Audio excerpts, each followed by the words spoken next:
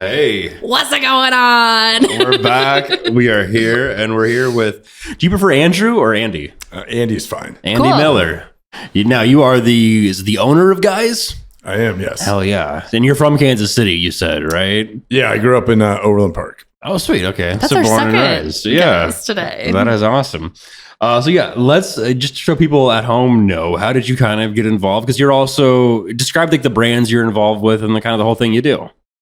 Well, okay. I don't know if you've got enough time, Yeah. but I'll try. It's a lot. You do a lot. We've got a lot going on right now. Yeah, it's pretty awesome. It's pretty humbling, the growth we've had in the last 5-6 years.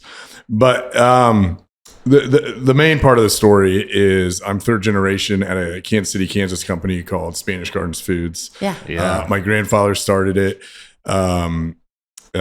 making taco sauces and spice, flour tortillas, corn tortillas out of the restaurant Spanish Gardens. And then eventually in 74, he built his own factory, the same factory we're in today. That's cool. Yeah. That's so neat. Yeah, it is really neat. My desk actually sits exactly where his desk was in 74, which was cool.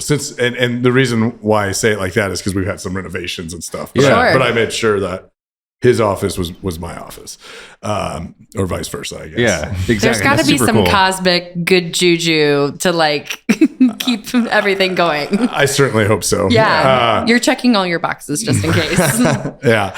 So anyway, so fast forward to 2007, I moved back to Kansas City to start working at Spanish Gardens, and at this time, my mom and my Aunt Grace, second generation owners, had it, and they were very.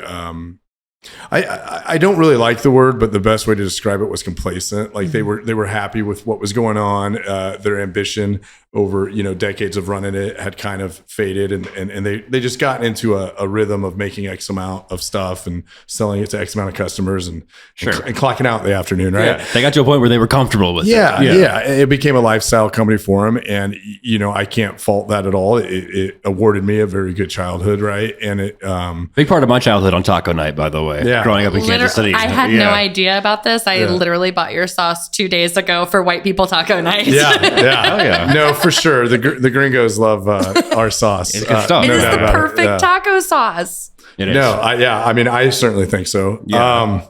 So anyway, so where I was there was kind of living a double life between Spanish Gardens, and I was still in the hospitality industry for like 5 or 6 more years until I decided the growth potential of Spanish Gardens was best found through our distribution network, right? So I started my own distribution company. And then that's when the dominoes started falling, right? That's when I would cold call people and say, hey, I can distribute your product. This will run me for Spanish Gardens.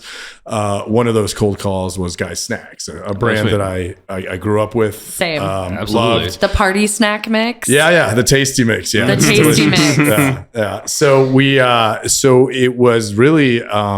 I say it's simple. It was nothing simple about it, but it was as simple as me showing up to their corporate offices in Overland Park and saying, "Who's ever doing your direct store distribution of these stores is not doing you any favors, right? I would love a shot at it." They politely said no, thank you. And about 6 months later, I got a call from Guys Snacks saying that they would give me a shot on the distribution. So I was ecstatic, right? We took it over, grew the DSD side of the business pretty robustly, pretty quickly, and it was one of those things where it was the brand equity just wasn't being capitalized on, right? For they sure. were just putting it on the shelf and walking away from it. Yeah. So we really did a lot of ads that like really start to breathe some new life into the product. Revamping the brand that everybody was so familiar with. Right. Yeah. And it wasn't really whiteboarded up that way, right? As a distributor, it was just like the more boxes of chips I can move, the more money I made. Right. Yeah. The actual like becoming a steward of the brand hadn't really kicked in yet. About a year later, we took over the brokerage arm of it. So your big box stores. Right. And then about a year after that, I approached Janine Joslin, who I'd become pretty close with. That was the current owner of Guys. And she had kind of a mentor type role in my life at that point. And I I'd like to say it was like poetic and like, what's your succession plan and what, but it was Yes. basically like, hey, you know, I'm building equity in this brand, and maybe, and before I could even finish this rehearsed speech of mine, she was like, hey, do you want to buy this? Yeah. It's not really like, it was never really on her path, even though she was phenomenal at it. It was, her husband's purchase, and then her husband passed, and she kind of inherited it and ran it well. Don't get me wrong, but it was never a long-term thing. Yeah, for her, a burning fire passion. Right, Yeah. which I didn't know about on day one. Right, Obviously, sure. So I kind of proved myself to her, and then we ended up coming to an agreement. 2018 was about the same time my Aunt Grace became ill, and so she had to step down from her role at Spanish Gardens, and my mom did shortly after to kind of care for her. Yeah. So it was very much a be careful what you wish for scenario, right? You know, all of a sudden now I have Spanish Gardens and Guys under my belt, like within the same year. No kidding. But I had other clients in the distribution company, and it kind of rolled into, again, I always say this, it was not whiteboarded this way, but the conversations always progressed to, well, you're handling the manufacturing now, you're handling the distribution now. Do you want to just have equity in the company? And I still haven't learned to say no. So when you find out, can you teach me, please? So from there, we've just acquired a few other local and regional brands. And we kind of vertically integrated everything from what we call concept to cart, right? So like if you had a good idea, or you had a good idea for a sauce, right? Like everyone in Kansas City's got the best barbecue sauce, right? Everyone in Kansas City's got a good salsa idea. Yeah. And so what we can kind of do if we want to champion it is we can help you design it. We can help you procure it, the raw materials. We can flavor profile match it for you. We can help you with the closures and the container procurements, basically all supply chain. And then on the other side, we can do the logistics. We have our own distribution company. We have our own brokerage company. And then on the other side, we have our own mini marketing agency that's just within our ecosystem, right? That does web development, community manager, management, social content creation, and then e-commerce, right? It all just kind of fit under this bubble that it was, as we acquired these brands, they all had their own outsourced people for everything I just said. And it just became an economy of scale at some point to be like, let's bring this all in house. Yeah. Right. And so we've been able to do that, and we haven't really gone out in the world and marketed it like that. Right. Maybe that's what I'm doing right now on this thing, but that's kind of what we kind of fell into, right? Yeah. Most recently, one I'm really proud of is the Arthur Bryant's acquisition, right? No kidding. That's huge. Yeah, it's so we kind of went from Spanish Gardens is this awesome historic it's a Kansas City institution, great institution, to Guys, which is a legendary regional brand, to Arthur Bryant's, which is a world iconic brand, right? Yeah, it's pretty surreal to even say it right now. Yeah, so. All over Ted Lasso right now, right? Yeah. That was a fortuitous timing for sure. Massive shout out. Yeah, huge. A massive shout out. It was and also that trippy sequence was just the best. Yeah. Not to spoil it. Well, if you would have known any better, like I'm a fan and I watched the show. I'm just not caught up. Sure. Right. So when I did see that, I was like, we paid for a commercial. Thank you. How much money do I owe you? Yeah, exactly. That's wonderful. That's awesome. So then what was that like leading up to the Arthur Bryant's acquisition? Like what all went into that? I'm sure that was very like hush hush and secretive and like trying to make that happen. Yeah. So it was never really, I never went in thinking, hey, I want to buy Arthur Bryant's. I kind of approached it the same way I've approached some of the other brands, like distribution, manufacturing, right? Like you just saw some like inefficiencies in what they were doing that you could maybe do a little better. And I had heard through the grapevine that they were maybe looking to make a switch. So I kind of interjected myself in the conversation and was like, hey, and this was a couple of years back, I was like, Jerry was his name, the former owner of Arthur Bryant's, and the Bryant family also had equity in it at this time too. And I was just like, hey, if you ever want, like, this is just who I am, right? And this is what I'm building. And if you ever need help with distribution or to dive into our brokerage network outside of Kansas City, or I knew the people producing the product for him at the time, and I have a good working relationship with them too. So I was like, there's probably economies of scale there. And Jerry was very, very, very blunt fella, and he's like, we're good now. I'm sure we could probably be doing it better, but it's just not top of mind. Right. Like sure. He was a phenomenal, Fair enough. Yeah. He was a phenomenal operator. Right. He was there at 4 a.m. unloading trucks of meat and stuff. Right. He wasn't really thinking about Insta chat and, He's taking care of the other important stuff. So then it very much like the guy's scenario, right? What's the worst that's going to happen? They're going to say no. Right. And Jerry said no.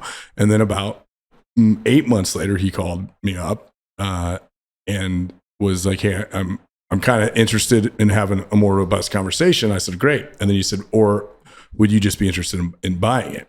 And my first thoughts were like, yeah, the distribution rights, to Arthur Bryant sauce, that'd be something huge. Cool, right? Yeah. And he's like, no, the whole freaking thing. And I was like, what now? So I was actually on a vacation. I was like, hey, Jerry, I'll be back in town in 2 days. I'll come see you and we can talk about it. Yeah. And so, so the conversation started, and there was obviously other interested parties. So, I'm not a restaurateur, right? I say that, and I always feel like Happy Gilmore saying he's a hockey player, not a golfer. Yeah. But we now have 5 restaurants between the guys and Arthur Bryant's and the airport locations and stuff. So it's not safe to say you're a restaurant. Yeah. But that being said, I knew I wasn't. You've dabbled. I dabbled on the hospitality side, serving tables and bartending and such. But a really good friend of mine, Chris Stewie with Tequila Harry's, and before that, a really illustrious restaurant career. We had talked about doing things, possibly a Spanish Gardens restaurant, possibly, the Guy's Deli. Yeah. He was, integral in getting that going for me down in Westport too. And so, and he had heard about Arthur Bryant's as well, right? And so we got together. I was like, let's tag team this, right? Yeah. You have the restaurant experience. I have the distribution company and the manufacturing capabilities and stuff. And then once we got into it, the full story kind of came out about, what pieces of the puzzle the family still owned and what pieces Jerry owned, and getting them at the table and having them agree to sell, right? Everything, because it really at that point it was like, if we do this, we want the real estate, we want the trademark, and that's not even from a place of greed. That's just a place of efficiency, right? Because it was they there's some red tape. Yeah, and there was, and so it was never really secret. It was more like, is this going to happen, right? Are all the pieces going to fall? And there was nothing like nefarious or anything crazy going on. It was just, the Bryant family is a very proud family, as they should be, right? Absolutely. They're an institution. Yeah. So it was writing a love letter to the Bryant Trust Group, right? And saying, this is who I am. This is what I've done with other brands. How important I know the brand is. How I'd be honored and humbled to steward the brand, and I am, right? Oh, yeah, absolutely. And so then, it was just piecing it all together, and like I said, we're 4 months into it. The Sudeikis being a champion of the product, the NFL draft coming this week. We're going to do a presentation up there. They're like, do you want to get up there and do a presentation? I go, me? No, but I can have my pit master up there.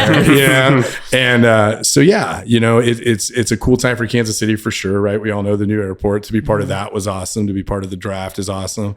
And then all the other cool things coming down. So it's just been, it's been a whirlwind. What are some cool new things that you can talk about? Anything yet? Well, I mean, in what vein, right? Like we have, it's loaded. I'm sorry. Yeah, we're good on the restaurant side for a minute, in my opinion.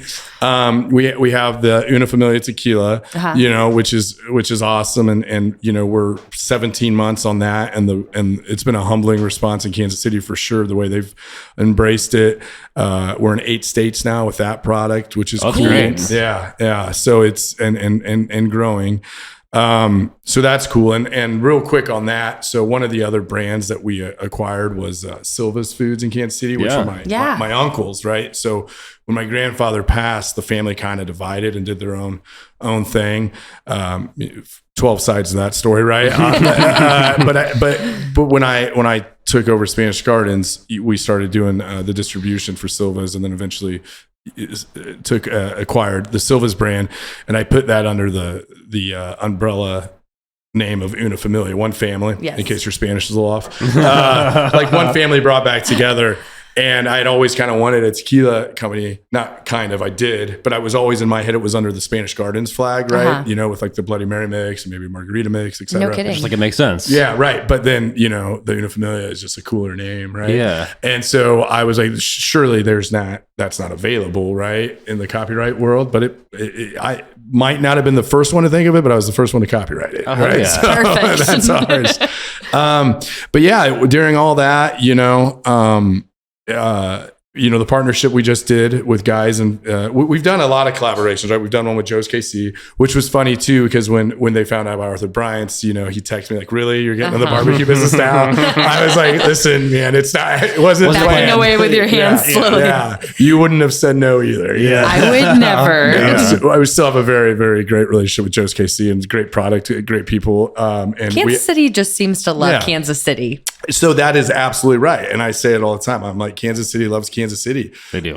Especially, even pre-pandemic, it was great. But now post-pandemic, our unofficial, slogan is, if you're not buying local, you're just an asshole, right? After everything everyone went through.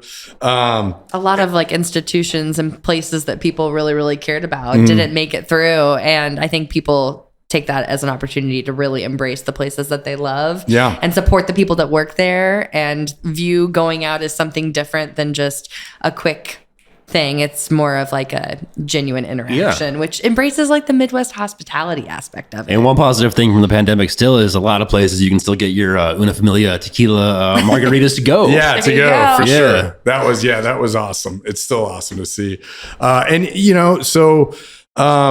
We just did a great collaboration with guys in Boulevard. We did a Southwest lime salt chip, which is great. It pairs with their beer. And when we started talking to Boulevard about it, we're like, yeah, we should do a tortilla chip like this, right? And so we set out to make a tortilla chip that made you want to drink a beer. And I think we nailed it. Yeah. So that's been cool. But all these collabs are really cool. And one of the more recent ones with guys, and a little unblazed path was going with Franklin Stash House to do the THC chip. So how did that come about? So Michael Wilson, the CEO and one of the founders of Franklin's, actually approached me years ago with a hemp-based protein powder that he wanted to go into high V's with. And I was like, yeah, let's do it. The product proved to be a little ahead of its time, right? Maybe we breathed some new life into it one day, but at the time we got it on the shelves, but it wasn't a big mover. He kind of switched to this CBD blunt, right? That he was making and selling to convenience stores. And really it came about that he needed space to rent to do this. So he rented some warehouse space from me.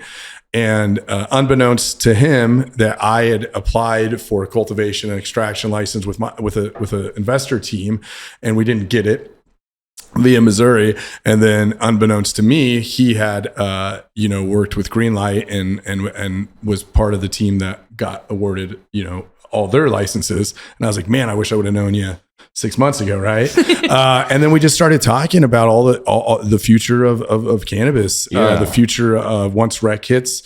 I kind of tell them about the private label, the white label stuff I did. And I said, I could see a very real scenario where that's in cannabis one day, right? Obviously you have your flower and your traditional ingestibles, your edibles and such that you can walk into and buy, but none of these brands respectfully have any real brand equity in the Missouri market, right? No one would, right? Because it's new, it's new to the market, right? Yeah. It's pretty foreign. Exactly, right. I'm like, imagine being able to overlay some brands. And one of the first ones we thought of was the James Lemonade brand. I was like, wouldn't that be cool? And then one day Michael called me up and he was like, hey, I have a shot at getting a marijuana manufacturing license. And I was like, hell yeah, man. Like, how can I help in that aspect? Right. And so, once Franklin's was able to get that license, acquire it, transfer it, all these check marks, right? That aren't real until they're real, right? Yes. It's like, it's like, okay, I'll believe I own Arthur Bryant's when I and then own you have Arthur to Bryant's, do it. right? You're in the place where you're like, I have to actually do this now. Yeah, I'll believe it's a real, a marijuana manufacturing plant when it is, right? Yeah. And it was, and Michael's he's just, in my opinion, one of the smartest guys in cannabis, at least in the state of Missouri. And he was like, this is how it's going to happen. This is smart. He's been ahead of everything, he nailed the vote to like 1/10%. He's like, we're going to win by 54.6. And I'm just like, if you say so, man, right? Like, no, it's I wish he could like predict like sports betting scores. It's like he did my hookup, but like, no, he predicted everything down to like, the single T. No, that's impressive. Yeah, it was awesome. So then it was like, let's use the brand, James Lemonade, which is another great Kansas City brand started by James Anderson. Another is that like something you've acquired as well? Is that under I have equity in it. Yeah. Okay. So that's another, again, I wish I could say it was whiteboarded and planned, but it's just some fortuitous timing on things. Dude, the best things it's that? supposed to happen. Yeah. James Anderson knocked on Spanish Garden's door about 6 years ago now. And I had no idea who he was. And I just happened to be in the office late, right? Yeah. Pretty much every day. But anyway, I was the only one there. And he knocked on the door and I answered it. And he asked to buy some glass. And I wasn't rude necessarily, but I was like, we're not a glass manufacturer. Like, who do you think you are? Like, right. you're at a taco house, right? Yeah. All my glass is embossed that says Spanish Gardens. And he's like, oh, well, I was looking for this size or whatever. I'm like, I mean, like what quantities are you talking about? Maybe I can help you, or maybe I can put you in touch with my supply chain manager. And then I don't know, just something about it made me stop and think, well, what are you using this glass for, man? Like, what is like, now I'm intrigued a little bit. And and he said, I've got this lemonade company that I'm trying to, breathe new life back into. It was mine. And it, when, three sides of every story, it went away and he wanted to bring it back. And I'm like, what's the name of that lemonade company? And he said, James Lemonade. And I was like, oh my, it's another thing I drink, in high school and stuff. Yeah. There's nothing better than a Kitty's Cafe pork tenderloin with a James Lemonade. It's a real lemonade. It's sugar water, right? Good. It's so good. It's not organic. It's not all natural, and it doesn't try to be, right? That's the good stuff. I don't want it to be. Yeah, exactly. And I said, so you have James Lemonade now? And he's like, I'm James. I was like, all right, come on in, man. We got a lot to talk about. And so then it's been, so then we started manufacturing it and distributing it. We helped him with the redesign. I definitely, there was definitely equity taken in it, which was, it was equitable, right? It was fair. And hey, if I'm going to deploy the capital resources for this, and he was all about it, man. And James, one thing about James is like, he's got 1,000 flavors, 1,000 ideas. He wants a chip. He wants, he's making pies now that we're selling at Arthur Bryant. So it's just a really cool ecosystem. Innovation. Yeah. And so anyway, back to cannabis. Yeah, it was like that was the first product that you integrated with, right? Yeah. It has, James has a very good urban following. To me, on a personal level, I associated it with cannabis from my high school days, right? I would drink a lot of it. Yeah. And so, Michael and his team got to work on nanotechnology, and now that stuff's above my pay grade. I'm not going to pretend to know it, but he was able to make a water soluble distillate that fits into and it's delicious. So it's not overpowering. It is. It's delicious. Yeah, it's amazing. So as a California sober person, it makes me feel like I am included. I have a little thing that I get to enjoy, and it makes me relax a little, but not act too crazy. Yeah. I brought a cooler to some out to Arrowhead, did some tailgating with them. Yeah, they're 10 milligrams. Yeah. 20, I think. 20. And then there's hundreds, which are like insane to me that people would buy that, but I keep buying it. It's insane to me that they do. Then the conversation, like with the success of that, we'd always kind of had our plan on some other product launches, Guy's Chip being one of them, which has been, a colossal success as far as reception has gone. Like it was kind of meant, like when we originally were talking about it was a novelty, but the demand for it got there. Yeah. And one thing about Guys was I was like, we don't want to launch, or I as the owner of Guys didn't want to launch it in medical, right? Because we didn't want to associate it. We weren't trying to like be disingenuous and say this chip is medicine, right? Even though it is, right, in the cannabis world. But I was like, Michael, this has to be a rec market product, right? And the root beer as well. Anything with a Guy's name on it has to be a rec, right? James, we were a little okay with, well, not a little, we were 100% okay with going medical because that's more of a, it's 3 ingredients. Yeah, exactly. Sugar, water, and lemon juice. Yeah. And that'll be in any... Hints of mint. Yeah, hints of mint. But yeah, no, so that's it. And we've got some other, with some other brands, that I have now that we're talking about it, whether that be like a little lemon lime, Una Familia edible or something. Yeah.